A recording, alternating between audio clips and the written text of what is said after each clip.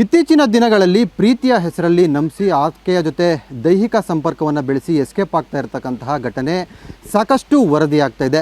ಇದಕ್ಕೆ ಪ್ರತ್ಯಕ್ಷ ಸಾಕ್ಷಿ ಎನ್ನುವಂತೆ ಕೋಲಾರ ಜಿಲ್ಲೆಯಲ್ಲೂ ಸಹ ಒಂದು ಘಟನೆ ನಡೆದಿರ್ತಕ್ಕಂಥದ್ದು. ನಾನೀಗ ಕೋಲಾರ ಜಿಲ್ಲೆ ಮಾಲೂರು ತಾಲೂಕಿನ ಪೂರ್ಣಹೊಸಳ್ಳಿ ಅನ್ನುವಂತಹ ಗ್ರಾಮದಲ್ಲಿದ್ದೇನೆ. ನೀವು ಗಮನಿಸ್ತಾ ಇದ್ದೀರಾ ಸಂತ್ರಸ್ತ ಮಹಿಳೆಯ ಪಾಡು ಯಾವ ರೀತಿ ಇದೆ ಅಂತೇಳಿ.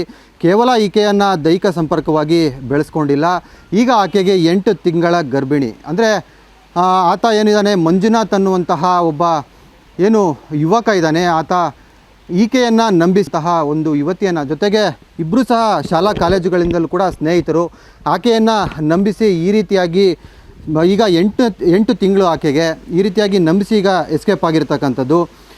ಈಗ ಆಲ್ರೆಡಿ ಏನು ಸಂಘಟನೆಯವರು ಸಹ ಬುದ್ಧ ವಿಹಾರದಲ್ಲಿ ಆಕೆಯ ಜೊತೆಗೆ ಮದುವೆಯನ್ನು ಮಾಡಿಸಿರ್ತಾರೆ. ಆದರೆ ಆ ಸಂದರ್ಭದಲ್ಲಿ ಈಕೆಯನ್ನು ಕರ್ಕೊಂಡು ಹೋಗ್ತೀನಿ, ನಾನೇ ಸಾಕ್ತೀನಿ ಅಂತೇಳಿ ನಂಬಿಕೆ ಹುಟ್ಟಿಸಿದ್ದ.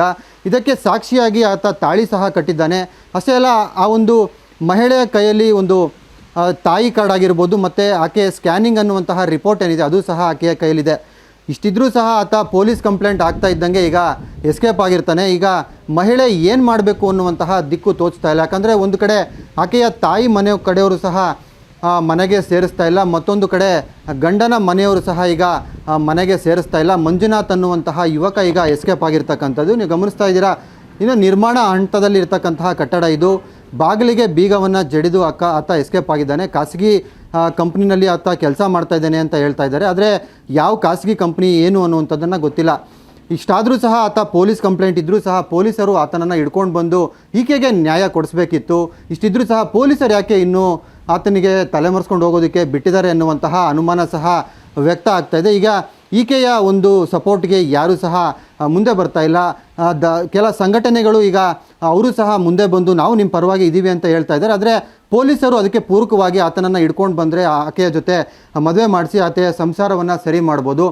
ಏನು ಕೇವಲ ತಾಳಿ ಕಟ್ಟಿರೋದು ಬಿಟ್ಟರೆ ಆತ ಎಲ್ಲೂ ಸಹ ರಿಜಿಸ್ಟರ್ ಮ್ಯಾರೇಜ್ ಆಗಿರ್ತಕ್ಕಂಥದ್ದಾಗಿರ್ಬೋದು ಮತ್ತು ಬೇರೆ ಬೇರೆ ಸರ್ಕಾರಿ ದಾಖಲೆಗಳಲ್ಲಿ ಎಲ್ಲೂ ಸಹ ಆತ ಈಕೆ ನನ್ನ ಪತ್ನಿ ಅಂತ ಸಹ ಆತ ಪ್ರೂವ್ ಮಾಡಿಲ್ಲ, ರುಜು ಮಾಡಿಲ್ಲ. ಹೀಗಾಗಿ ಸಂತ್ರಸ್ತ ಮಹಿಳೆಯ ಗೋಳು ಯಾವ ರೀತಿ ಇದೆ ಅಂದರೆ, ಒಂದು ಗೂಡು ಏನಿದೆ ಆ ಒಂದು ಗೂಡಲ್ಲಿ ಆಕೆ ಮಲಗುವಂತಹ ಪರಿಸ್ಥಿತಿ ಇದೆ.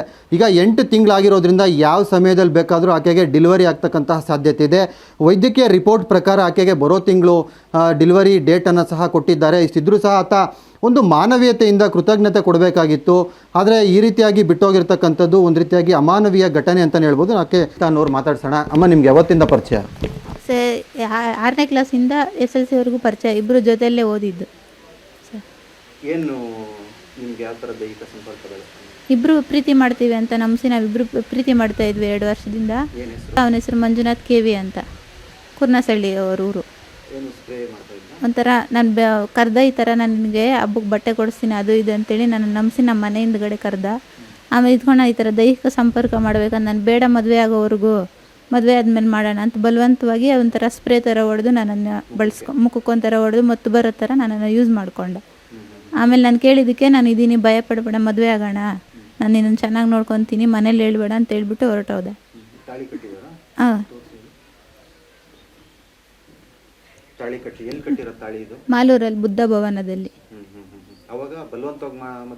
ಇಷ್ಟಪಟ್ಟೆ ಮದುವೆ ಮಾಡ್ಕೊಂಡ. ಆಮೇಲೆ ನಾನು 3-4 ದಿನ ಆದಮೇಲೆ ಕರ್ಕೊಂಡು ಹೋಗ್ತೀನಿ, ರಿಜಿಸ್ಟರ್ ಮ್ಯಾರೇಜ್ ಮಾಡ್ಕೊಳ್ಳೋಣ, ನಾನು ಪ್ರೂಫ್ ತಗೊಬರ್ತೀನಿ ಅಂತೇಳಿ ಹೋಗಿದ್ದು. 8 ತಿಂಗಳು ನಮ್ಮ ಮನೇಲಿ ನಾನು ಸೇರಿಸಲ್ಲ, ನೀನು ಎಲ್ಲಿರ್ತೀಯ ಅಲ್ಲೇ ಇದು ಅಂತ ಹೇಳಿದ್ದಾರೆ. ಆಗಿದೆ sir, Malur Masti police station. ಎಲ್ಲಿದ್ದಾನೆ ಗೊತ್ತಿಲ್ಲ ಸರ್, ಕಸ್ಟಡಿ ಹುಡುಕ್ತಾ ಇದ್ದಾರಂತೆ ಸರ್. ಇವಾಗ ನೀವು 8 ತಿಂಗಳಲ್ಲಮ್ಮ, ಯಾವಾಗಾದರೂ ಡೆಲಿವರಿ ಆಗ್ಬೋದು ಸರ್. ಏನು ಅನ್ನಿಸ್ತಾ ಇದೆ ನಿಮಗೆ? ಏನು ಬೇಕಾಗಿತ್ತು ಇದು ಅನ್ನಿಸ್ತಾ ಇದೆಯಾ? ಬೇಕಾಗಿತ್ತು. ಇವಾಗ ಅವ್ರ ಮನೆಯಲ್ಲೇ ನನಗೆ ಜಾಗ ಬೇಕು, ನಾನು ಬೇರೆ ಎಲ್ಲೂ ಹೋಗಲ್ಲ ಸರ್. ಇಲ್ಲಿ ರಾತ್ರಿ ಎಲ್ಲ ಹೆಂಗೆ? ಸೊಳ್ಳೆಗಳ ಕಾಟ, ನೈಟ್ ಕರೆಂಟ್ ಇರಲ್ಲ, ಅಕ್ಕಪಕ್ಕದವ್ರ ಮನೆಯವರು ತೊಂದರೆ ಕೊಡ್ತಾ ಇರ್ತಾರೆ, ಅದರಿಂದ ಇಲ್ಲೇ ಇದ್ದೀನಿ ಸರ್. ನಿಮ್ಮ ಸಪೋರ್ಟ್ ಯಾರೂ ಇಲ್ಲ? ಯಾರೂ ಇಲ್ಲ ಸರ್. ತಂದೆ ತಾಯಿನೂ ಇಲ್ಲ? ಇಲ್ಲ ಸರ್. ಏನು ಮಾಡಬೇಕು ಅಂತಿದ್ದೀರಿ? ನಾನು ಆ ಹುಡುಗ ಜೊತೆನೇ ಬಾಳಬೇಕು, ಇದೇ ಮನೇಲಿ ಒಪ್ಸೇ ಬಾಳಬೇಕು. ಈಗ ಅವ್ನು ಇಲ್ವಲ್ಲ? ಇಲ್ಲ, ಏನು ಅವ್ರು ಬರೋವರೆಗೂ ಇರಬೇಕು ಸರ್. 5 ದಿನ ಆಯಿತು ಸರ್ ಇಲ್ಲಿ ಬಂದು. ಈಗ ನೆಕ್ಸ್ಟ್ ಏನು ಮಾಡಬೇಕು ಅಂತಿದ್ದೀರಿ? ಪೊಲೀಸವ್ರಿಗೆ ಏನು ಮನವಿ ಮಾಡ್ತೀರಾ? ಪೊಲೀಸ್ ಸ್ಟೇಷನಲ್ಲಿ ಕಂಪ್ಲೇಂಟ್ ಎಲ್ಲ ಕೊಟ್ಟಿದ್ದೀವಿ ಸರ್. ಇವಾಗ ನಿಮ್ಮ ಹಸ್ಬೆಂಡ್ಗೆ ಏನಂತ ಮನವಿ ಮಾಡ್ತೀರಾ? ನನ್ನ ಜೊತೆನೇ ಬಾಳಬೇಕು, ನಾನು ಇಬ್ಬರು ಚೆನ್ನಾಗಿರ್ತೀವಿ ಅಂತೇಳಿ. ಎಲ್ಲಿದ್ರು ಬಾ ಅಂತ. ಯಾರನ್ನು ಹೇಳ್ಕೊಡ್ತಾ ಇದ್ದಾರಾ? ಯಾರೂ ಇಲ್ಲ. ಜಾತಿ ಎಲ್ಲ ಒಂದೇ ಜಾತಿ. ಇದಿಷ್ಟು ಏನೋ ಸಂತ್ರಸ್ತ ಮಹಿಳೆ ಹೇಳ್ತಾ ಇರ್ತಕ್ಕಂಥ ಮಾತು. ಆತನ ಜೊತೆನೇ ಬಾಳಬೇಕು, ನಾನು ಏನೇ ಆದರೂ ಸಹ ಈ ಮನೆಯಿಂದ ಹೋಗೋದಿಲ್ಲ ಅಂತ ಹೇಳ್ತಾ ಇದ್ದಾರೆ. ಕ್ಯಾಮ್ರಾ ಪರ್ಸನ್ ಶ್ರೀನಿವಾಸ್ ಜೊತೆ ದೀಪಕ್, ಏಷ್ಯಾನೆಟ್ ಸುವರ್ಣ ನ್ಯೂಸ್, ಕೋಲಾರ.